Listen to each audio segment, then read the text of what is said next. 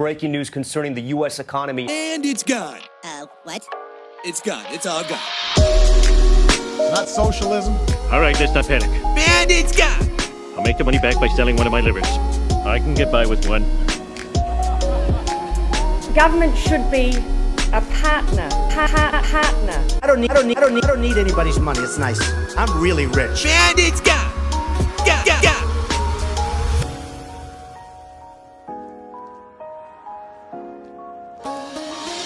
Hey everyone, and welcome to another edition of the Global Crypto Podcast with Luno. I'm your host James Preston, and this week we have the incredible Meltem Demirors. You may well know Meltem from the US congressional hearings on Facebook Libra, where she gained a lot of attention for her incredibly eloquent exposition on Facebook Libra, and of course discussing and explaining the strengths of a truly decentralized cryptocurrency like Bitcoin. She is the Chief Strategy Officer of CoinShares. This chat truly was enlightening for me. She is a remarkable mind who is passionate about decentralized cryptocurrencies and sovereign assets which fall outside the control and the power of central government. So it really is a powerful chat. And of course, if you enjoy it as much as I do, then please won't you share it with friends and family on the likes of Facebook, Twitter, etc. And don't forget to subscribe to Global Crypto. Before we get into the chat, let's hear from our sponsors, Luno. Ready to start your crypto journey? You can instantly buy and sell Bitcoin and other cryptocurrencies on Luno. No experience needed. As simple as shopping online. Sign up today with the safe and easy way to buy, store, and learn about cryptocurrency. Go to www.luno.com or download the Luno app. T's and C's apply. Cryptocurrencies are volatile and unpredictable. Never risk more than you're willing to lose. All right, originally from Turkey, then the Netherlands, studied at Cambridge and Rice universities as well as MIT, worked in the biggest industry of the 20th century and is now working in the biggest industry of the 21st century. Meltem Demirors, welcome to the Global Crypto Podcast. Thanks for having me. Can I get you to do all of my introductions? That was phenomenal. Anytime, if you can handle the South African accent. No, I love it. It reminds me, Nederlands and Afrikaans are cousins, I think. They are indeed. I think it works. Are you still fluent in Dutch? Yeah, ik spreek Nederlands. Wow. Well, my Afrikaans is actually pretty weak, so I'm not even going to try. I'm not going to go there. Yeah, well, the test is like if you can say the G sound, the sound right. So It's like, ik ga op school. So if someone says it with like that little guttural noise, that's how I'm like... Meltem, let's actually talk about your Dutch history. I mean, from my research, I found that you were originally from Turkey or have Turkey origin, then spent time in the Netherlands. Were you born in the Netherlands or was it Turkey, and what caused the move around? Yeah, so the story is pretty simple. And actually, I wrote a great blog post about my family history back in 2016. Called Choose Days with Meltem. Cool. Or something like this. I wrote it a very long time ago. Anyways, so my parents are both from Turkey. They're actually, it's a really interesting story. They're from a really small village in Turkey called Söğüt. Hometown pride, Söğüt. It's about 3,000 people, and they both grew up there.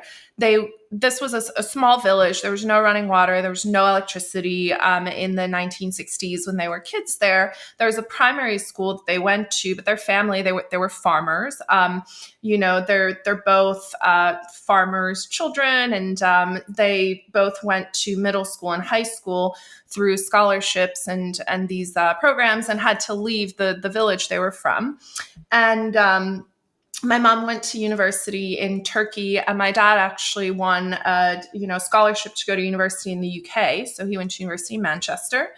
And then when my dad was getting his PhD in Manchester, he and my mom were living there.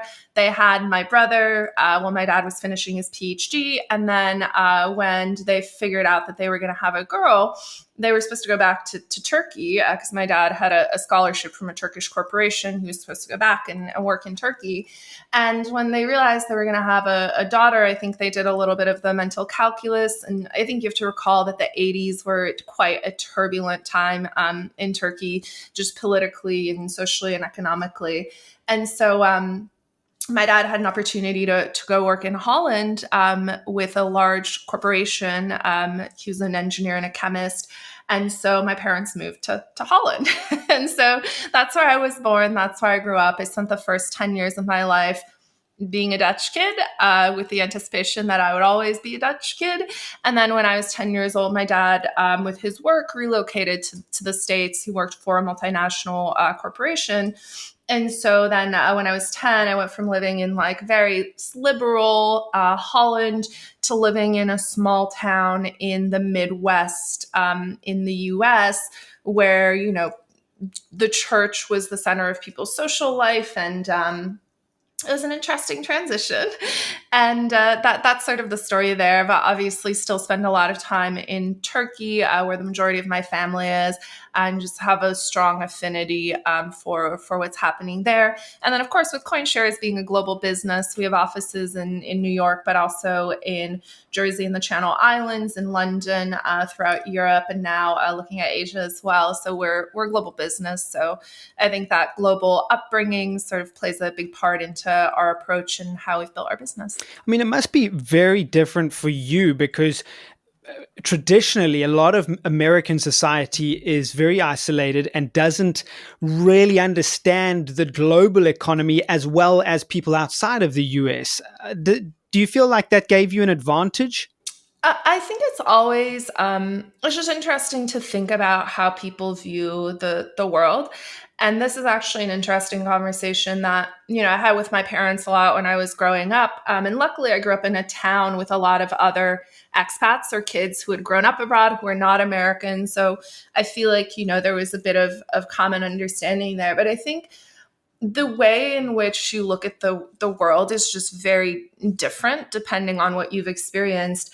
And what I experienced as a child and what I lived through as a teenager and a young adult, like really those formative years that shape your view of the world, you know, spending half of my time living in Holland and being in one environment, but then we would go home to Turkey, to the village my parents are from, and I'd hang out with my aunts and my uncles and my cousins and my grandparents. And, you know, when I was a kid, there still wasn't running water in that village. Like there was no bank, there was no ATM, like my cousins did not go to high school. A lot of them did not go to university. Some of them did. It's just a very different way of living. Like they don't think in US dollars. They don't live in a country that exports its culture, its inflation, but also its quest for natural resources and sort of political hegemony. And so it's just, again, it's very different. And I think you learn to have an appreciation for that when you've lived that. I think a lot of times, you know, I'll listen to podcasts in particular or watch interviews with people who've lived their whole lives in the US, and they have this romanticized or like sort of interesting worldview of what it's like in other places, particularly Turkey, right? Like a lot of people talk about Turkey and the lira and what it's like in Turkey. And I'm like, well, you've never even been to that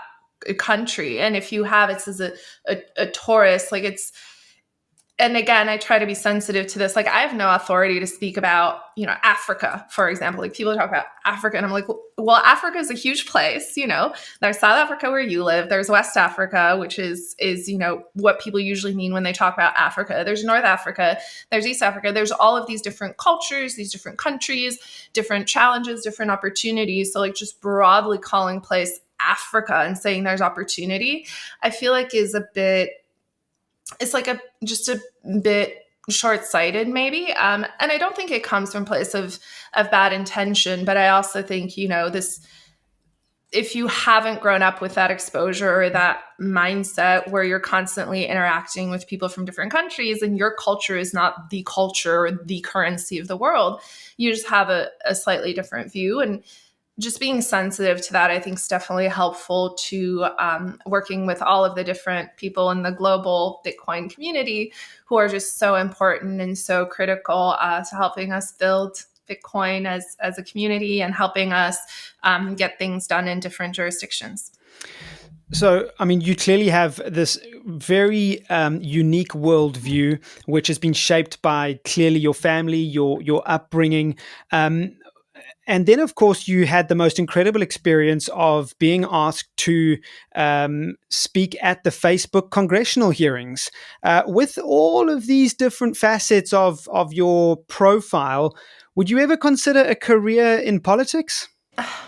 It's not really something I've ever aspired to. I have like an interesting view of life, and I think people's motivations, right? I think most people, when they think of their aspirations or their goals, which I think is also important to interacting with people, just like trying to understand what are this person's aspirations, what are their goals, what are their intentions. I think a lot of people are sort of characterized by their desire for one or a multiple of three things. One is money. And if you're in pursuit of money, right, historically, like New York, London, Singapore, Hong Kong, financial centers have been the place you go. You work at a hedge fund, you work at an asset manager. Like there is a path there. Now, if you're after money, I think, Silicon Valley and entrepreneurships and startups and crypto, which is like the new money bourgeoisie in a way, is a place you go. So there are people who define themselves or sort of are in pursuit of money. Then there are people who seek fame. And I think if you're after fame, Los Angeles has long been a hub for that, but also in a way, New York with the big presence of media and arts and culture here and other cultural centers around the world are places people go. And I think the culture of influence and fame is an interesting one that's obviously evolved a lot as a result of social media. And then the last one is power. And I think a lot of people who are after power, they go to Washington, D.C., they go to Brussels, they go to these power centers in our world where decision-making happens. And so I think increasingly what we're seeing is the convergence of these three, where historically, the relationship between money, power, and fame or influence have been separated. I think increasingly they're becoming one and the same. And you see this especially in crypto, right? Where people build their influence. They then use that to launch a product or a business or an asset management firm, which gets the money. And then the money confers power and further influence. So there's these interesting dynamics. To me, in a way, like even though I don't participate in the politics of the United States, really, in a sense, I do participate in the politics of Bitcoin or cryptocurrency, if you will, through influence, whatever that means. And I think my goal is, to live in a world where institutions don't define our politics.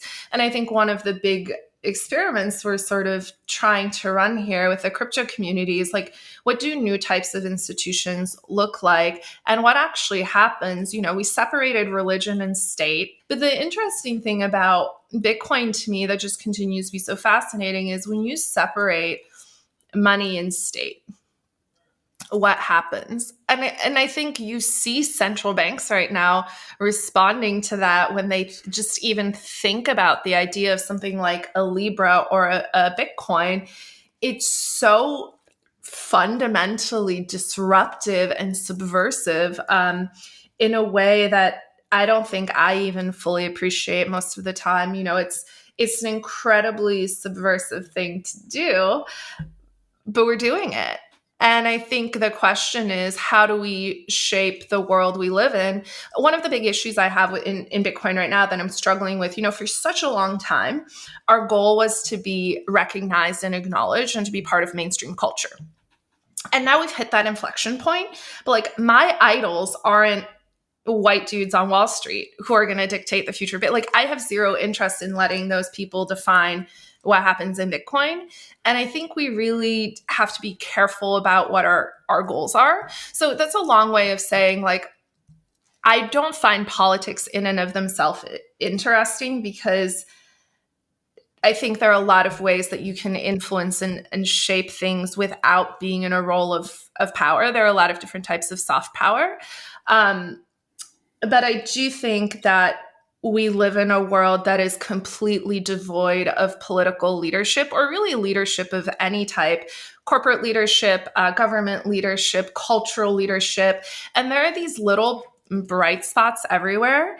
And I think crypto and Bitcoin in particular is a place where there's a lot of brightness for me. And I see a lot of leadership, just not in this overt way. It's not leadership through titles or credentials or these things of the old world. It's leadership through meritocracy of thought, meritocracy of ideas, but also people's willingness to work hard, right? Like you look at people who are influencers, quote unquote, in this space, like they're spending a shit ton of time producing content and making that content accessible and bringing interesting and new ideas to the table. Like there's a lot of work that goes into it. So I just see so much excitement and I think opportunity and just how creative and intellectually driven and hardworking people in this industry are. So what? Sorry, that's a very long answer, but Well, we're going to deduce that you actually mean, no, I don't want to go into politics, but maybe one day things might change. Meltem, something that you said there is interesting. The world is devoid of leadership. What does good leadership look like to you? Yeah. So I spent a lot of time studying not leadership necessarily, but like good governance, right? And I think the issue we have is the governance systems in our world are terrible. And the issue is like it's this really complex, multifaceted issue. But at its core, I think one of the biggest issues and one of the biggest motivators for me is the absence of education.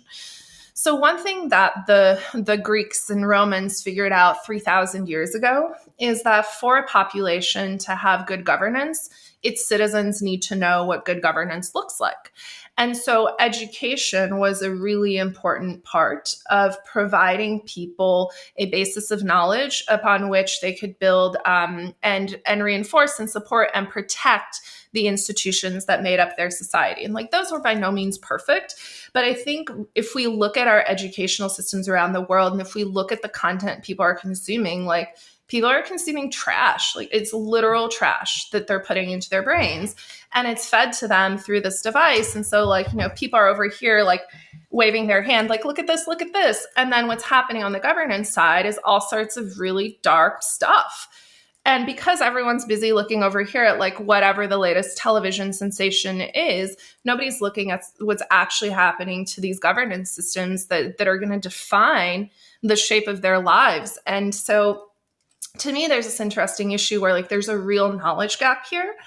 And I don't know what the right way to address it is, but people just fundamentally either don't care, don't know how to care, have not been like empowered to care. And even if they do, I think they feel so powerless in the face of just this behemoth that's gotten built over centuries and centuries. And we have this interesting effect where, people think there's this new guard, right? Like we look at our new world leaders, who, by the way, we didn't elect. Like I did not elect Bill Gates to speak for me. He has a lot of money and a lot of influence. But like, I did not elect him. I sure he has great ideas and I admire the way he uses capital, but like I did not elect him to speak for me. And I think a lot of people believe, there are these new leaders, but in fact, they're just a continuation of sort of the same cycle. So I think without education and without empowering people to exercise their voice or to exit a system, it just doesn't work. And so again, this is where Bitcoin is the ability to exit the system. Bitcoin is the ability for the first time to not vote Democrat or Republican, to not get caught in, these cycles of duality that really are meaningless because they're the same political party effectively. It's an exit, right? And if you get enough people who choose to exit the system, you create something that's called a revolution. And we've tried to create revolutions before, but a lot of revolutions are incomplete. And so, I don't know. I just think there's so much here that's so interesting about how we change governance systems, but giving the people the ability to exit and giving people the ability to say, like, I do not subscribe to any of these things. I'm not going to even spend time fighting it. I am going to exit and participate in a different system. And by the way, in this system, we have governance. In this system, we have defensible rights, and they're enforced by the technology we have and the architecture of that technology. That to me is really profound and really important. So how does that exit look to you? I mean, I understand that this is going to require a bit of pontification, but you've spent a lot of time in the industry, really embedded on the ground with what's going on. From your perspective, how do you see this industry, this exit, as you say, from the traditional socio-economic, socio-political structure that we're all living in? How do you see this exit working out in the next 20, 30 years from now? Yeah, I think that's a really interesting question. And look, I don't think that's even guaranteed. I think, again, one of the things I look at is Bitcoin in large part has been co-opted by Wall Street, right? And if you look at, who owns Bitcoin and where the Bitcoin's held, as more and more institutional, quote unquote, people, who are the power centers of our existing world come into our new world and assert their power in this new world, our new world's inevitably going to look much like the old world. There's this really interesting book that was written in 1973 by a poet. I forget his name, but the book is called The Anxiety of Influence. So the reason I bring this up is in The Anxiety of Influence, what this poet writes about is the idea of originality. Like, can you actually write original poetry or create original art if everything you do is built on everything that has come before? And this is where it becomes interesting because human knowledge is collective and it's cumulative, right? And I think the challenges in trying to build this new system, what we're doing right now with Bitcoin is we're simply replicating everything we already have, right? So I got into Bitcoin to build this cool peer-to-peer sort of open financial system. And now what we're doing with Bitcoin is we're making it an extension of Wall Street. And maybe that's one step in its evolution. But in order to enable this exit, or in order to enable, I think what a lot of us talk about when we talk about Bitcoin, we can't do what we did before. But I think a lot of people who are coming into Bitcoin, the billionaires who have made their money on Wall Street, look at this new world, and they see an opportunity for them to be powerful, to be influential, to be relevant to culture, particularly to technocratic culture through capital. And it's a difficult challenge, right? Like, I have no illusions about myself doing that either. I run an asset management firm. Like, we very squarely fit within this world of regulated financial products and services. And so I think the question and the challenge is, how do we continue to, and maybe it's like Trojan horsing the system, right? Where if you get Bitcoin into the hands of enough people, and if you integrate it into enough of our systems, then maybe at some point, you can achieve escape velocity. I don't know, but I think about it a lot. Like, how do you stay cognizant of these sort of risks, and how do you stay self-aware? I think a lot of people in Bitcoin fall into the trap of sort of believing in their own hype. And you saw it with the responses to J.K. Rowling, right? Like, she tweets about Bitcoin and people just start like spouting off. It's what I love about Bitcoin, but it's also, I think, what can make it frustrating. So I don't have an answer to that. I think the most important thing is, like, let's just be aware of the issues and the challenges, and to also accept, like, there is this anxiety of influence we all should have, that everything we build will end up looking like everything that has come before.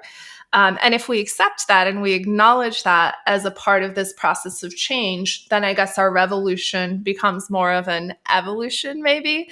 But at some point, you have to flip the switch and you have to change direction.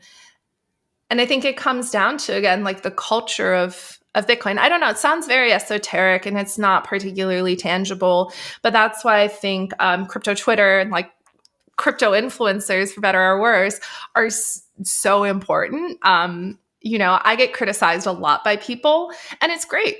I think it's important. Like when people talk to me on the internet, it forces me to take a step back and be like, there is a kernel of truth in it, and the truth really hurts, and you have to recognize your own ideological contradictions. They're within all of us. Yeah, so I think it's just like to be cognizant of the trade-offs we're making, and to be cognizant of the fact that if our end goal is to mainstream Bitcoin, then maybe in that process we destroy everything that makes Bitcoin interesting. So you were working as a VC when I think it was Barry Silbert that you met? Yeah, I was actually not in venture, right? Like okay. I had spent my career in oil and gas. I was in graduate school. I was working with VCs and entrepreneurs while I was in grad school, but like I had no idea that world existed. As I mentioned to you, my parents came from rural Turkey and worked for corporations. Like their idea of the dream was having job security, working for a large corporation, like having a house, having kids who go to university and like grow up very differently than they did. I got to have that upbringing. I worked for large corporations. I worked in oil and gas. I worked, on the M&A side at one of the largest corporations in the world at the time. And then I got to grad school and I was like, wait, what? Like people my age are starting companies and they're like building these things. Like, this is crazy. This is so cool. This is insane. I had no idea that world existed.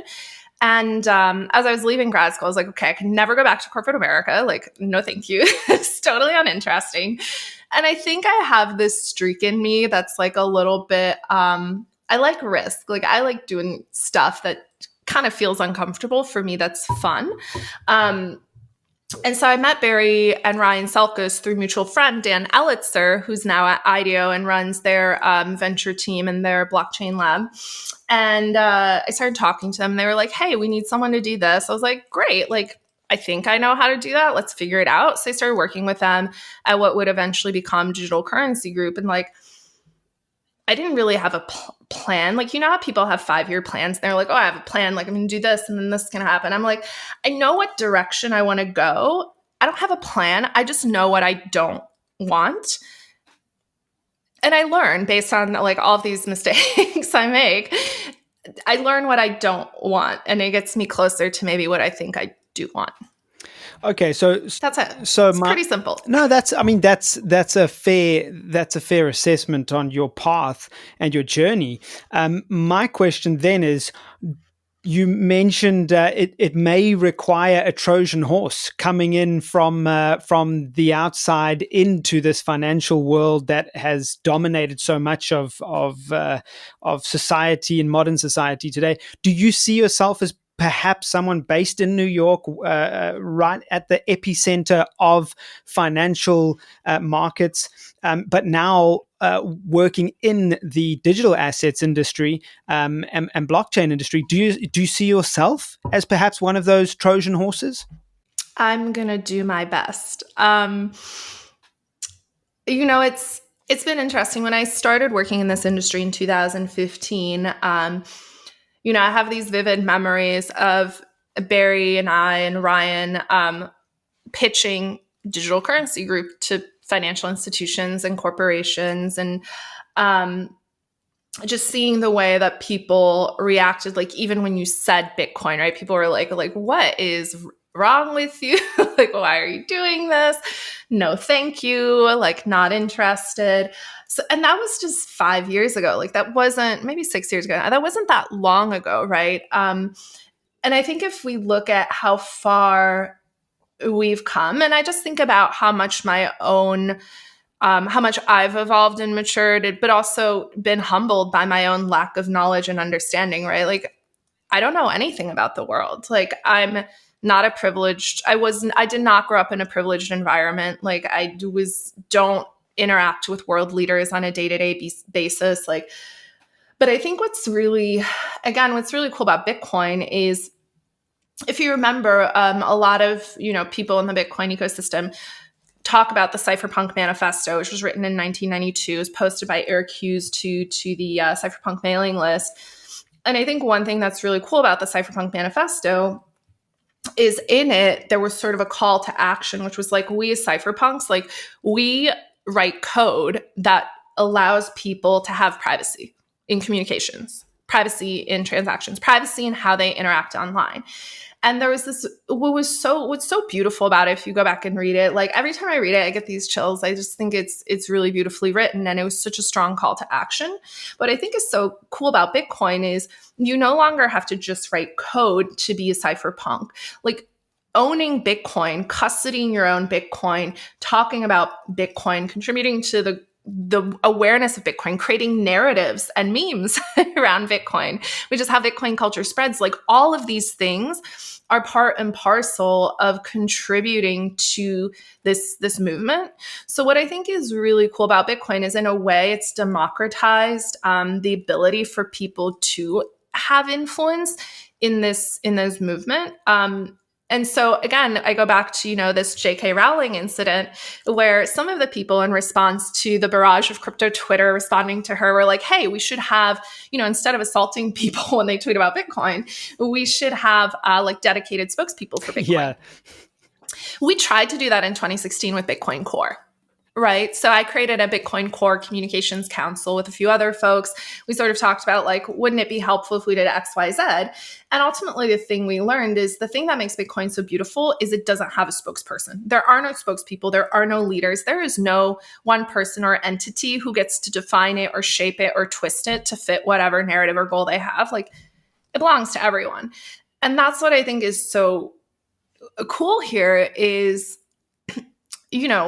as the industry matures and changes, yes, certain voices become more powerful, become more relevant, but the ability of a random person to show up, like a Twitter egg with no known identity, right, to show up and to have a voice in this global conversation and this global governance structure and this global, like, social movement, that's really unique and really special. And I think it's what makes Bitcoin so important.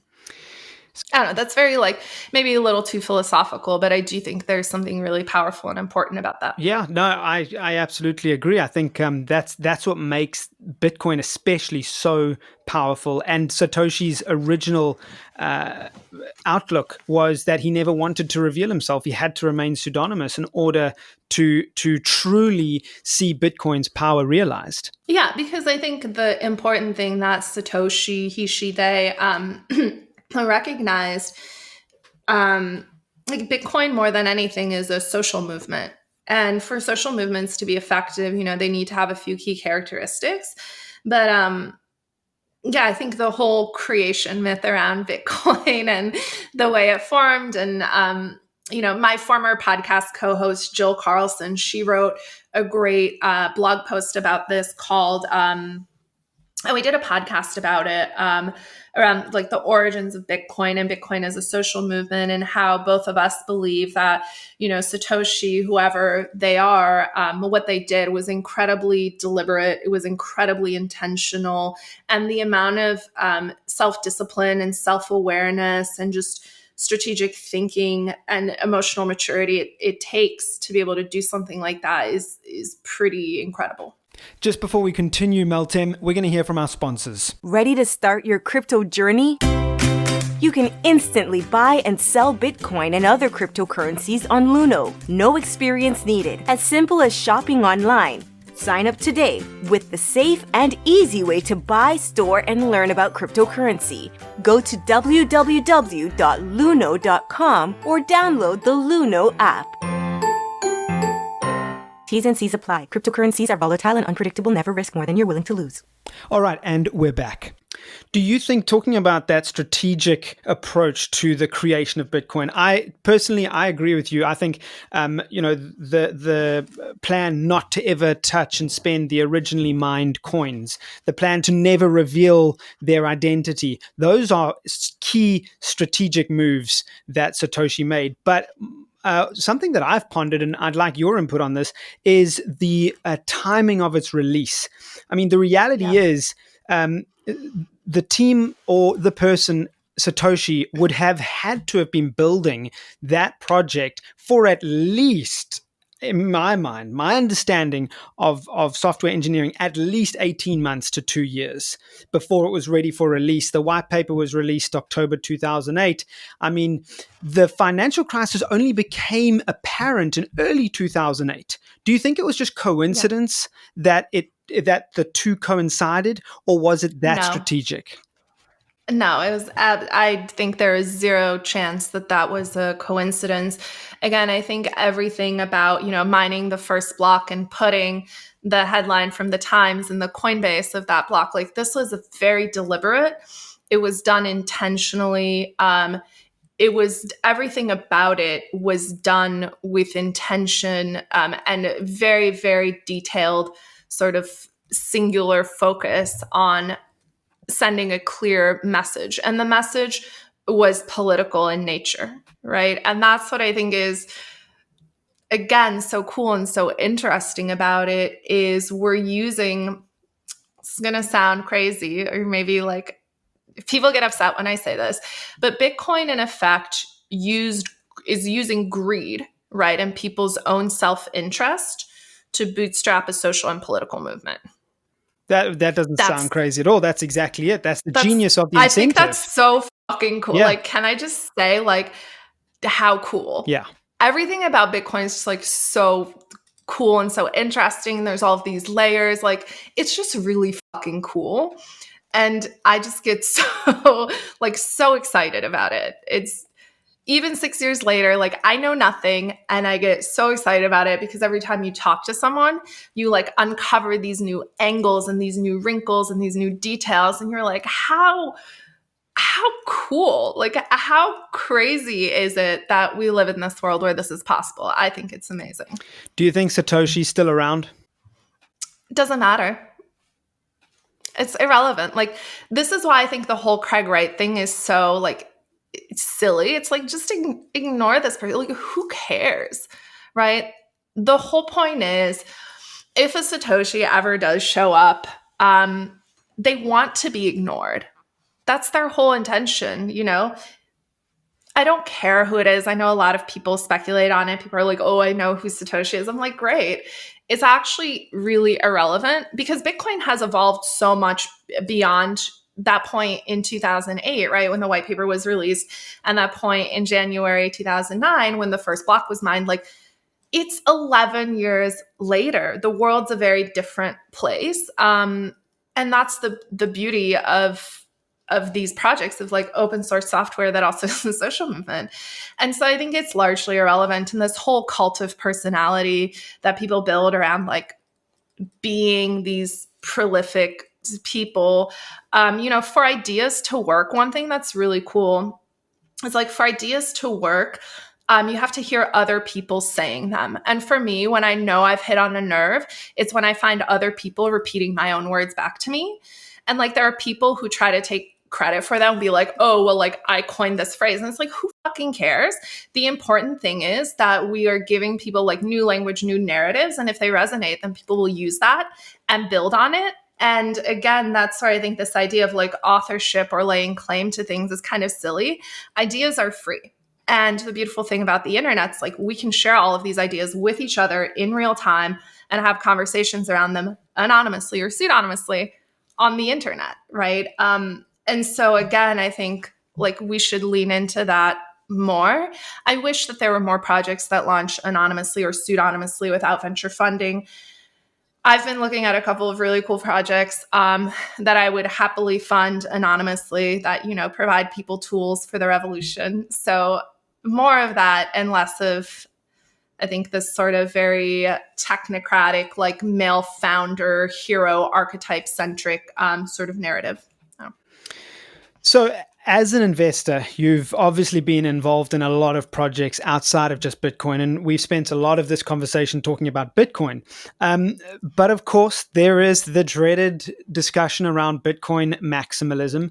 I want to know from you, what do you make of blockchain tech beyond just financial utility? I mean, in your mind, is there space for decentralized applications that dApp developers on Ethereum, Neo, Cardano, etc. are trying to build?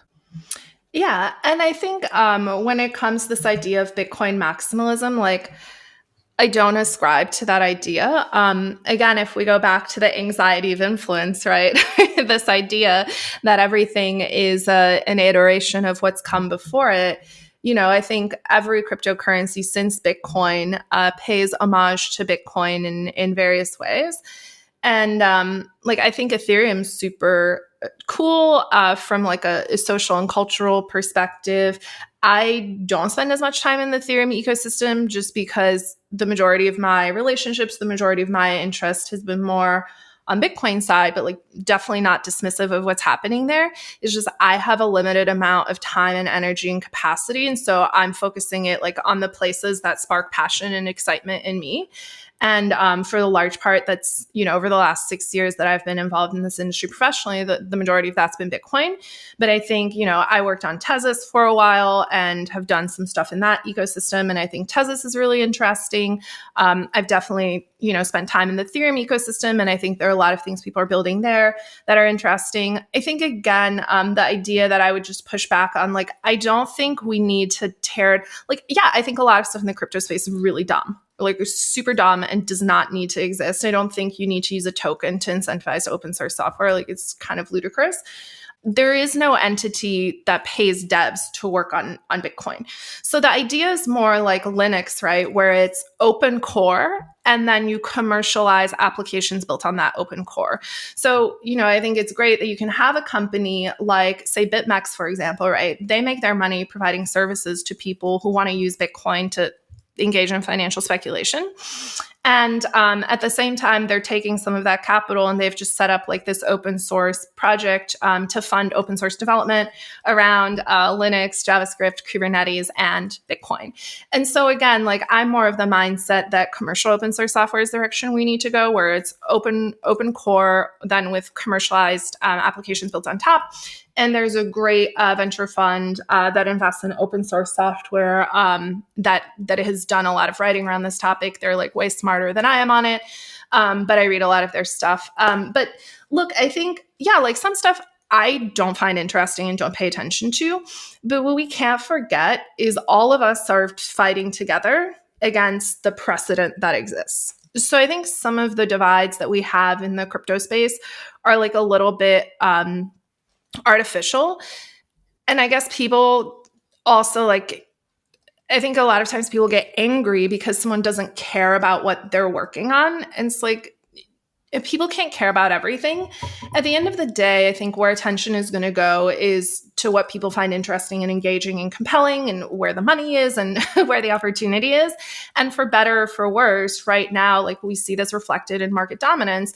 Right now, the opportunity at this very point in time is in Bitcoin. So I think the best use of my time is to focus most of my time on Bitcoin. Does it mean I'm completely deaf to everything else? No. Does it mean I would never invest in anything else? No. Like, I don't know what the future looks like. And at the end of the day, my job is to be steward of people's capital, right? So I have to separate my personal passion from my responsibilities as a fiduciary and an allocator of people's capital.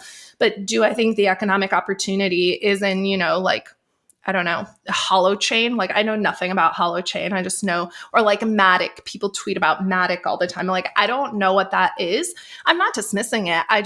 It doesn't interest me at this point in time. It could be super cool, but I have a limited amount of time and energy, and I'm going to use it to talk about something I understand and I'm excited about, which is Bitcoin. It was refreshing to hear you refer to Bitmix in a positive light. I mean, we have Arthur Hayes on this podcast in 2 weeks' time, which we're really excited about. And I mean, from our perspective, it looks like Arthur and his team are doing great stuff. But a lot of the traders, they, for some reason, whatever that reason may be, whether it's liquidity management or whatever the case is on the platform, they have something against Bitmix. Do you have you worked closely enough with Bitmix to believe in what Arthur and his team are doing truly is to make a difference? Are they trading against their traders? Could you give us some input and your opinion on Bitmix? I have a very simple view on this. There's this really interesting issue in the crypto ecosystem broadly, where everyone's all about permissionless financial innovation until they get burned by it. And at the end of the day, right, like when you use a platform, when you're trading on a platform, there's this idea called counterparty risk, meaning that the platform that you're trading on and the technology that you're using, it comes with its own risks, right? Now, it's really interesting. One of the things we think about a lot at CoinShares, because we have a trading business, and on the venture side, I invest in a lot of trading technology businesses, is what's so different about crypto trading platforms is unlike the CME or ICE or traditional exchange, where they have maybe 10,000 customers that then provide services to their millions of customers. What Bitmix is doing is they have millions of customers who have, and at any given point in time, they could have 10 million or more open contracts that are all priced individually. Like, it is a tremendous, tremendous engineering feat that they've built a trading engine that can support so many unique customers and so many unique contracts. So I think what they've introduced obviously is super useful. Like, the perpetual swap is still by far and large the most popular derivative in the crypto space. They filled a niche that people wanted filled. I actually think like they do everything in Bitcoin, which I think is really important. Everything on their platform is done in Bitcoin. And then the research they put out, like they've single-handedly funded and put out some of the most compelling, best research. They're funding open source. Do they have issues? Sure. Like, do they say things that maybe are offensive? Sure. But I also think they have been, they've built a really powerful platform. It's not perfect. It has a lot of issues, just like Coinbase and every other platform. And look, at the end of the day, like if you're trading on a platform and you don't manage your counterparty risk and shit blows up, like, yeah, maybe it's on the platform, but really it's on you because you weren't managing your risk. So if you have 80% of your portfolio on Bitmax and you're leaving large balances on Bitmax, like, and you know that this platform has this history and these challenges, like, I'm sorry, but that's on you. So again, I think there's this interesting challenge. And it happens with Ethereum too, right? Like when you have these smart contract bugs, which is what the DAO was, right? It was a bug. It wasn't a hack. It wasn't someone doing something illegal. It was someone using a smart contract in a way that it wasn't supposed to be used in. If you want to have permissionless financial innovation and people do things that put your capital at risk, you can't run around saying, well, I'm now going to sue you for writing code, right? Like, it's your job. If we're talking about having a permissionless financial innovation, if we're talking about the ability for peer-to-peer finance, like, people have to take responsibility. And the issue I have is people don't want to take responsibility for themselves, and they want to blame other people, or they want to blame a contract, or they want to blame platform. Like, start internally. I screw up things all the time, but you know what I do when I screw up? I learn from it and I make better decisions. And as a trader, like, everyone's had one incident where you really fuck up and then you learn, and then you're going to make a different mistake, and then you're going to learn. And hopefully you do that enough times with your own money before you start doing it with other people's money. So hopefully you never do it with other people's money. But what you have is a bunch of people running around. They're not even reading the terms and conditions. They're not even like understanding how these platforms operate. They're not managing their counterparty risk. They're not managing their operational risk. So I don't really have a lot of sympathy for people who are doing things that are highly risky and then expecting to be bailed out, right? It's exactly the reason why our fucking economy is in the situation it's in, because people do dumb shit and they over lever their businesses. And then when it blows up in their face, they go to the government with a tin cup and say, please give me money at the expense of the taxpayers. And so this is what drives me nuts, right? Is like, we're asking for bailouts in the crypto ecosystem. Like, it's antithetical to why we're here. So yeah, I get it. And like, maybe some platforms deserve some of the criticism. And yes, there's more we can do. But at the end of the day, you can't have it both ways. If you want to have, if you want to have this permissionless sort of medium for innovation and creating new financial products, et cetera, then you have to also be willing to bear the risks. And at the end of the day, like, if you're not capable of doing that, then don't put your money on these platforms. This is what I don't understand. So say what you will. Is it a net positive? Is it a net negative? I think it's a huge net positive for the industry. I think like a bunch of people went out there, they built something that people like and people use, and kudos to them. There have been many other people who've done that. I think you look at the success of like DAI and what's happening in the maker ecosystem. Like, yeah, it has a bunch of problems. Yeah, it's imperfect, but it solves a really big problem for people and people want to use it. So I'm of the mindset that if you build something valuable that people use, like, that's a beautiful thing. Final official question here is obviously global crypto is based in South Africa and we're very close to emerging market news. And as someone with family in an emerging market like Turkey, what advice would you give business people, investors, etc., in emerging markets who may be faced with severe economic damage in light of what their economies are going to go through in the next year or two? How can people and businesses position themselves in the best way to prosper whilst in these really challenging economies?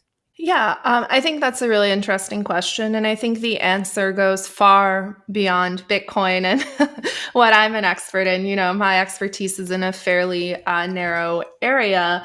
But I think generally my advice and my own view is like the world is changing, and it's changing very quickly. And it's a result of the advent of the internet, but also the proliferation of free information in real time, so that anyone in the world with access to a smartphone and an internet connection can participate in the global economy in new and unprecedented ways. And I think to anyone and everyone, I would suggest stay on top of what's happening. Invest in what you think the future will look like, not just with your capital, but also with your time and with your mind. Like your mind is your most valuable asset. And one thing that we don't do is we don't teach ourselves how to learn, and we don't teach ourselves how to manage our mental state, right? So I think it's really worthwhile investing in your ability to learn, building dependable, trustworthy sources of information, and helping yourself, just stay aware of and up to speed on the things that are happening. And the great thing about this innovation is there are now a lot of different ways to invest in the growth of the internet economy, the digital economy. Cryptocurrencies are one vehicle. There are a lot of publicly listed equities in the US that give people that exposure. There's angel investing, that you can do. There are a lot of efforts underway to democratize and open up early stage investing, although the economics of that are not good. A lot of times, people will have a big exit, but you won't make $1 as an angel investor. So not sure about that. But there are a lot of growing and different ways to get exposure financially to innovation.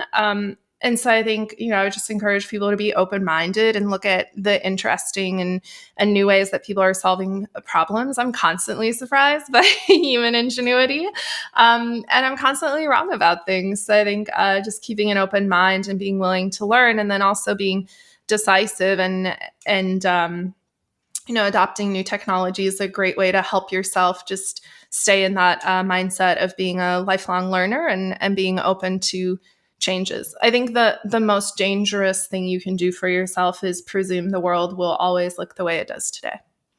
So wrapping up, our next guest is Ricardo Spagni, Fluffy Pony. Fluffy!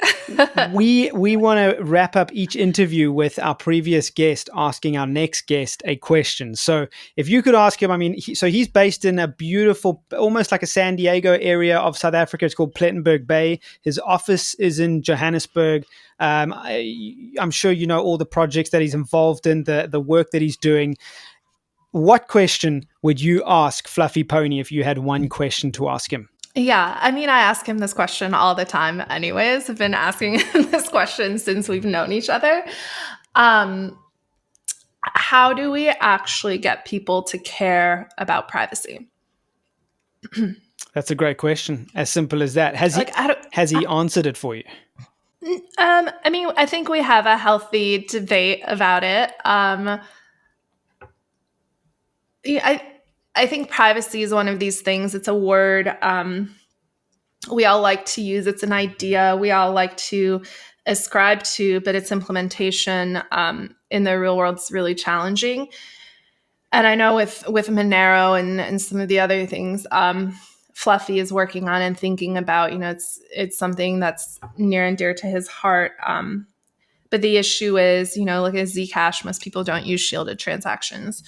So I think my question is, how do we get people to care about privacy? Or are we at a point where as a society, we will never be able to forget anything we've ever done ever again. We will have no secrets other than what happens between our two ears in our own head. And, potentially we may no longer have privacy there.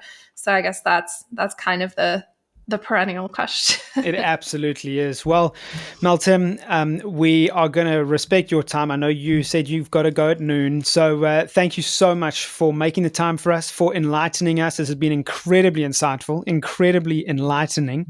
It's great to chat with you, James. I know we rescheduled once and I rejected your Skype invite. So thanks for switching to Zoom for me. Thanks for having me on, and thanks for making this series. It's great to see people producing content and knowledge and spreading ideas. It's a really important part of what we do in the Bitcoin community. So kudos to you. Well, thanks so much, Meltem. And we wish you all the best for the rest of your day and post-COVID-19 world. Good luck. Thank you. Have a good afternoon, James. Yep, you too. Cheers. And that's it for this episode of the Global Crypto Podcast with Luno. Make sure that you are subscribed on Apple Podcasts, Spotify, or wherever you get your podcasts. You can, of course, find all the links in our YouTube and podcast description or simply on globalcrypto.tv. And if you are watching this on YouTube, subscribe to us and share this with your mates. We appreciate all the support. It helps us in our efforts to reach as many people as possible about the powers of decentralized finance and blockchain technology. Thank you once again to Meltem for incredible insights into the truly decentralized world of Bitcoin. It really was an incredible dialogue. Next week, we have South Africa's very own fluffy pony. That's right, Ricardo Spagni of the Monero project. That's where he gained all of his fame in the crypto industry. He's no longer the lead maintainer of Monero. Find out why, find out what happened in next week's episode, and we'll chat to you then. Until next week, once again, a very special thanks to our sponsors, Luno. Make sure you're signed up with them if you haven't already. www.luno.com, Africa's most secure and efficient crypto wallet. Until next time, from myself, James Preston, and the rest of the team here at Global Crypto, it's goodbye. Breaking news concerning the U.S. economy. And it's gone. What? It's gone. It's all gone. Not socialism. All right, let's not panic. And it's gone. I'll make the money back by selling one of my livers. I can get by with one. Government should be a partner. Partner. I don't need anybody's money. It's nice. I'm really rich. And it's gone. Gone.